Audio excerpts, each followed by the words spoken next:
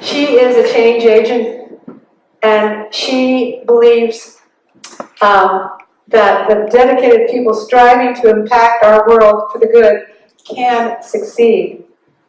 As executive director of the Fearless Revolution, she is boldly gathering business leaders, change agents, and visionaries to bring new ideas, tools, and practical resources to empower citizens. She recently held something called Women Leading Green, and I attended that along with maybe perhaps some of you here.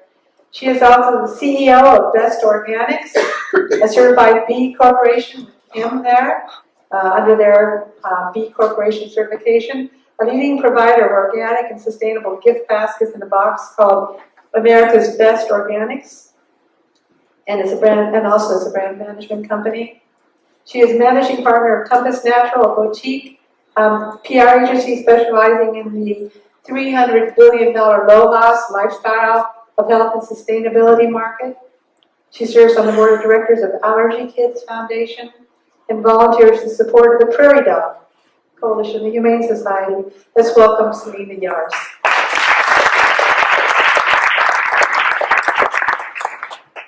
Wow, what an extraordinary series of stories, right? I wanted to start where, in my personal journey, and I am going to challenge each of you to think to what this is in your life, that transitional moment where you made a choice or a decision that really set you on like a kind of path that you would not have anticipated had you not had the courage to say yes. I was lying on my twin bed in my college dorm as a junior, and I decided that I had to run as a woman for president of the Student Government Association at the University of Tennessee, Knoxville, because if I didn't try, I would regret it for the rest of my life. And that was the point of decision that I had in that little moment in my bed in the middle of the night, and I did it, and I pursued it. I had the largest ticket in the history of the University of Tennessee. I ran a student for every single office on the academic council, the student government, and the international council, and they all wanted, we came up with this really fun, clever name. It was called NUTS, Network of UT Students. And anyway, that moment was significant, and I think all of us probably have a moment in our lives where we leapt beyond what we thought was possible, and it helped prove something that you really can manifest your dreams when you put some hard work, as Hillary pointed out, behind it. I want to say a couple things about fear less, love more. I think what our world needs now on a level that is so huge is that kind of manifestation in each one of us. We have to find ways to really tackle what is an impediment that we perceive and recognize it's generally illusory. And the truth is, love is the most powerful force.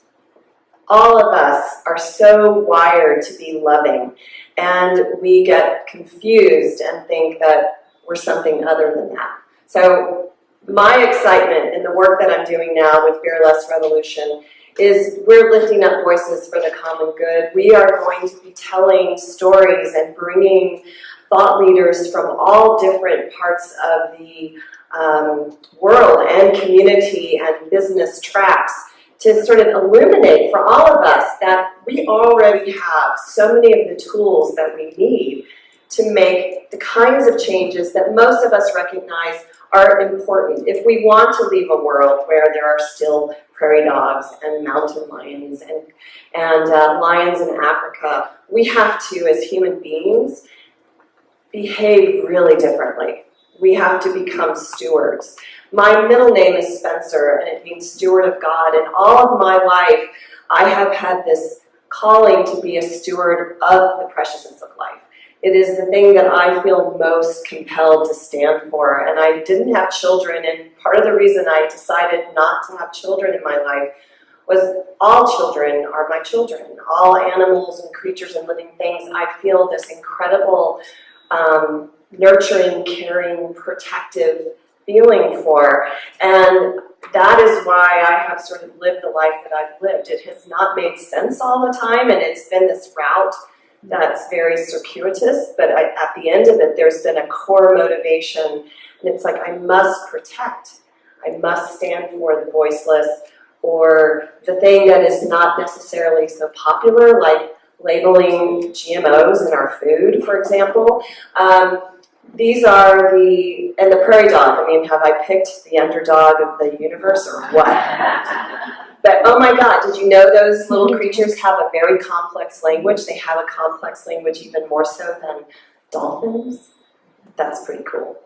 I also wanted to say, I think that our word is the most important treasure we carry in this life. You can have wealth or not have wealth. You can have things or not have things. But the one thing that you will always have is yourself and your word and your honor and your integrity. And I think that that is a value that we have become a little lazy about in our society. And I just want to encourage each of you to be fearless ambassadors for truth and integrity in your life.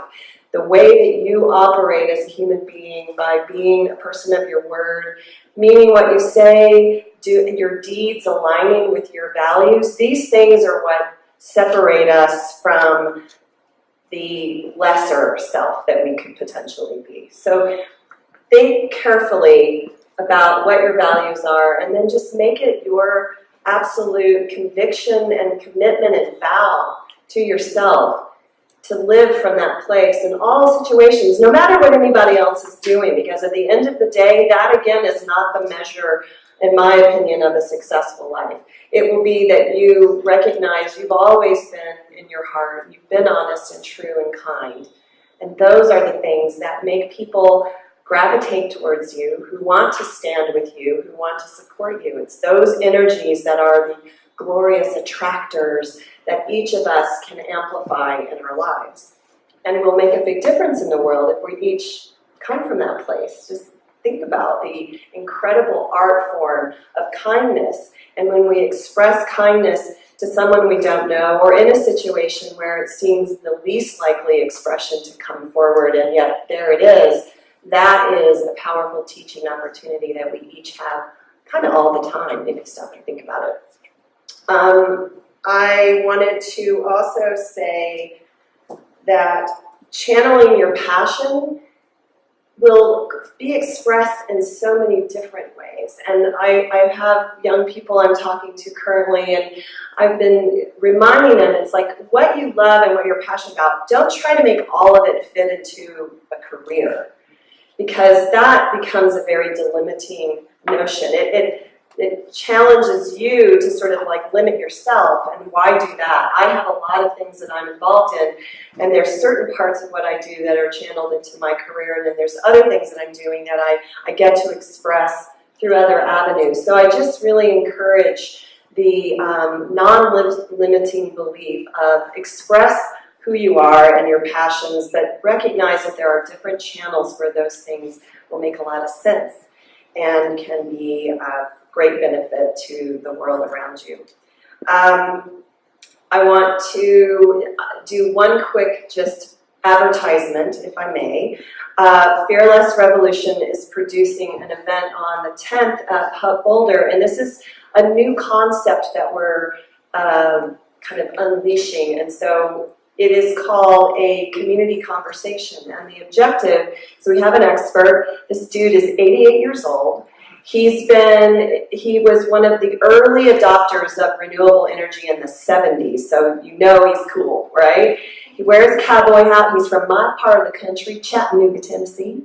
And we're going to have some representatives of different organizations like Boulder Tomorrow, Boulder Chamber, Alliance for Sustainable Colorado as a next layer of kind of deepening the conversation. But it's you, us, sitting there in that room having a thoughtful discussion about energy and our future.